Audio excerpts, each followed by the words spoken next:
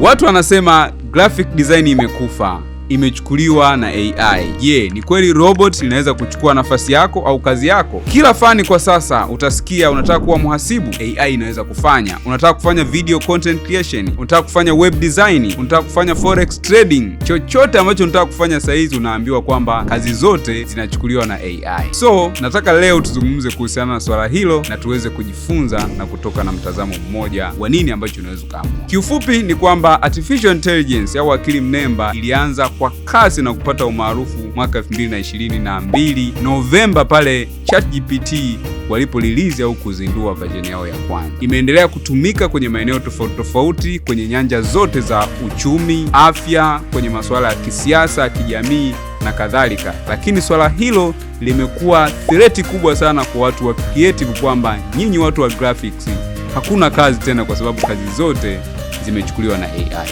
Acha tuzungumze kuhusiana na swala hili. Naitwa Joel Kadaga, mimi ni content creator kutoka Joel Media. Katika chaneli hii tunatengeneza maudhui mbalimbali yanayohusiana na graphic design, video content creation, web design pamoja na mengine mengi yanayohusiana na masuala ya teknolojia. Kuwa nami kuanzia mwanzo mpaka mwisho ili ujifunze kuhusiana na artificial intelligence. Ni threat kiasi gani kwenye ulimwengu wa creative, na je, uache kujifunza ujuzi huu au nini cha kufanya? Karibu sana. Kuna mambo kadhaa ambayo mimi nitakueleza ambayo yanaweza kukusaidia kupata picha kamili ya kwamba je, ujifunze au uendelee kufanya graphic design au ubadilishe fani na kufanya kitu kingine. Swala la kwanza kabisa, graphic design ina human connection. Kuna uhusiano wa moja kwa moja wa kisaikolojia kati ya design inayotengenezwa pamoja na mteja au mlengo ambaye anataka kusoma au ujumbe. So, hicho ni kitu ambacho kila designer ni lazima aweze kuwa nacho na akifanyie kazi kwenye kazi zake. Lakini ukweli ni kwamba artificial intelligence au AI haina uwezo wa kutengeneza ile human connection ya moja kwa moja kwenye ujumbe ambao utaandaa. Vile vile ni ngumu sana kwa AI kutambua culture, kutambua direction ya director au mtu ambaye ametengeneza ile content alikuwa analenga nini. Hivyo ni vitu ambavyo vinabaki kwenye technicality ya designer mwenyewe, bali na kwamba AI ukiielekeza kwa usahihi inaweza ikafanya, lakini kama wewe sio designer ni ngumu sana kuweza kufanya hivyo vitu kwa usahihi. Kwa maana hiyo naweza kusema kwamba kwa designer ambaye anajua kufanya graphics, anajua misingi ya design, anajua kutumia tools, ana uwezo wa kuitumia AI kama tools ya kumwezesha kukamilisha kazi yake, kwa sababu atakuwa anajua ni nini aandike, ni prompt gani aandike itakayomletea majibu sahihi, na ana uwezo wa kusahihisha na kupata majibu ambayo ni generic, ambayo mtu ambaye sio designer anaweza kauliza na akayapata. Lakini kama wewe unategemea kwamba just kwa kutumia AI kuprompt na kuandika, huna background yote ya design, unaweza kupata matokeo, hicho kitu ni kigumu sana. Na bana, tumeona design nyingi ambazo zinazotengenezwa na kupostiwa kwenye mitandao ni horrible na hazina ile direct presentation au uhusiano wa moja kwa moja na kile ambacho kinatengenezwa. Mfano, ukiangalia design kama hizi hapa, kama wewe ni graphic designer, unaweza ukaona kabisa hizi ni design ambazo haziresonate hata kidogo na brand ambazo zinarepresent, lakini pia hakuna uhusiano wa moja kwa moja wa tatizo linalosolviwa na kile kinachowasilishwa. Hii yote inatokana na kwamba hizi zimetengenezwa na watu ambao sio graphic designer. Wameingia kwenye AI kama ChatGPT, Gemini AI na zingine, wakaandika prompt, wakapata matokeo kama haya. Lakini kwa mtu ambaye ni designer anaweza kwenda extra na kupata matokeo mazuri zaidi ukilinganisha na hiki ambacho tunakiona. Swala la pili ni uelewa wa level na matumizi ya teknolojia yaliyopo kwa sasa. Ukweli ni kwamba watu wengi sana bado wana uelewa mdogo sana na hawajui kuhusiana na matumizi ya teknolojia.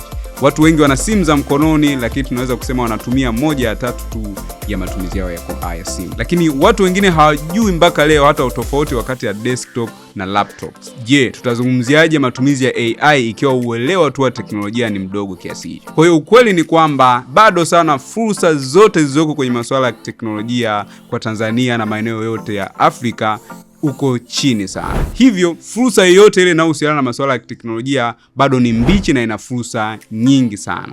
Unaweza ukaona wewe mwenyewe ni shahidi, vitu ambavyo tunazungumzia sasa hivi na vitu ambavyo tunajifunza sasa ni vitu ambavyo ni very basic, hasa kwenye haya matumizi ya technology. Sasa itakuwaje kwamba afike mtu level ya kufahamu matumizi ya kompyuta, lakini pia ajue kutumia AI kiasi kwamba amreplace mtu anayetumia au anayejua graphic design? Kwa hiyo to be honest ni kwamba level ya technology na matumizi ya vitu vya teknolojia iko chini kiasi kwamba kila fursa ambayo iko kwenye masuala ya technology kwa sasa ni keki. Kwa hiyo kila mtu anayeingia kwenye technology, kama unajifunza graphics, unajifunza web design, unajifunza content creation, unajifunza digital marketing, unajifunza web development au programming kwa ujumla, bado nafasi ya kuwini na kufanikiwa kwenye maisha ni kubwa sana.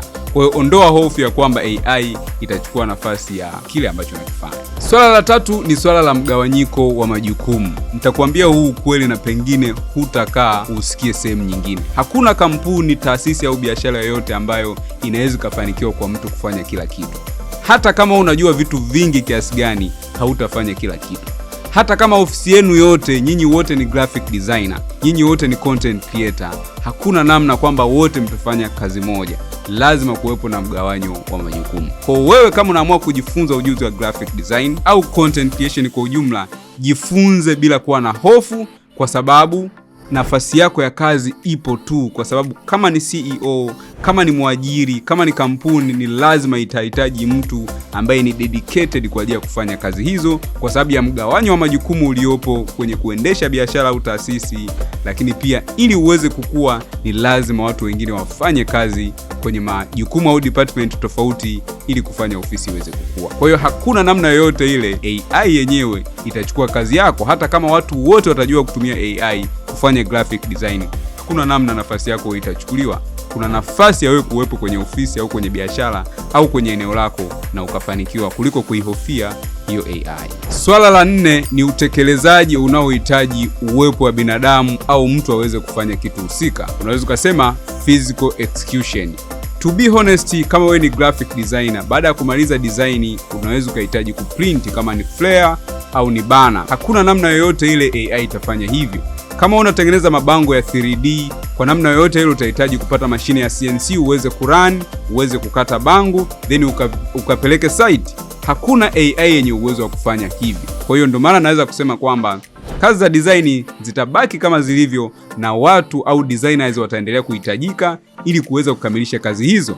Mtu atengeneze design, aende site, hakikisha kwamba design inakamilika na mteja anafurahia au ana solve tatizo ambalo alikuwa anakusudia. Kwa hiyo hakuna namna yoyote ile utasema kwamba AI itachukua nafasi ya mtu. Otherwise AI iwe ni kitu physical ambacho kinaweza kikaenda kudesign, kikaenda kufanya delivery kwa mteja au kufanya execution ile ya kutengeneza kazi ikakamilika. Kwa hivyo naweza kusema kwamba AI haiwezi kuchukua kabisa nafasi yako wewe kama designer. Ila designer pekee ambaye atatolewa nje ya mfumo ni yule ambaye hataki kujifunza matumizi ya AI au kuintegrate AI kwenye kazi zake za design.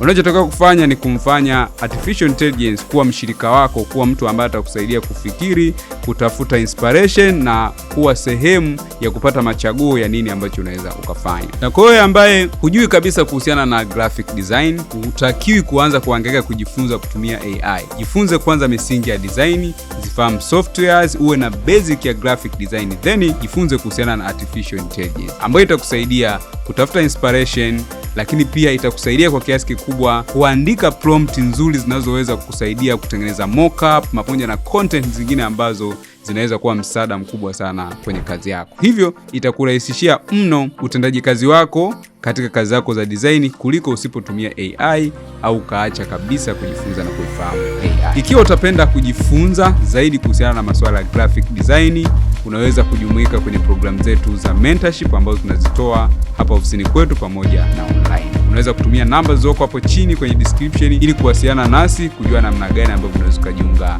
na programu zetu za graphic design pamoja na content creation kwa ujumla. Usahau kusubscribe na kubonyeza alama ya kengele, lakini nitafurahi sana nikiona maoni yako hapo chini. Unadhani au kufikiri nini kuhusiana na mada hii, na kama kuna kitu umejifunza niambie katika sehemu ya comment, na mimi nitafurahi zaidi ili tuweze kuendelea kutengeneza content zaidi. Mimi ni Joel Kadaga kutoka Joel Media. Tukutane tena katika video.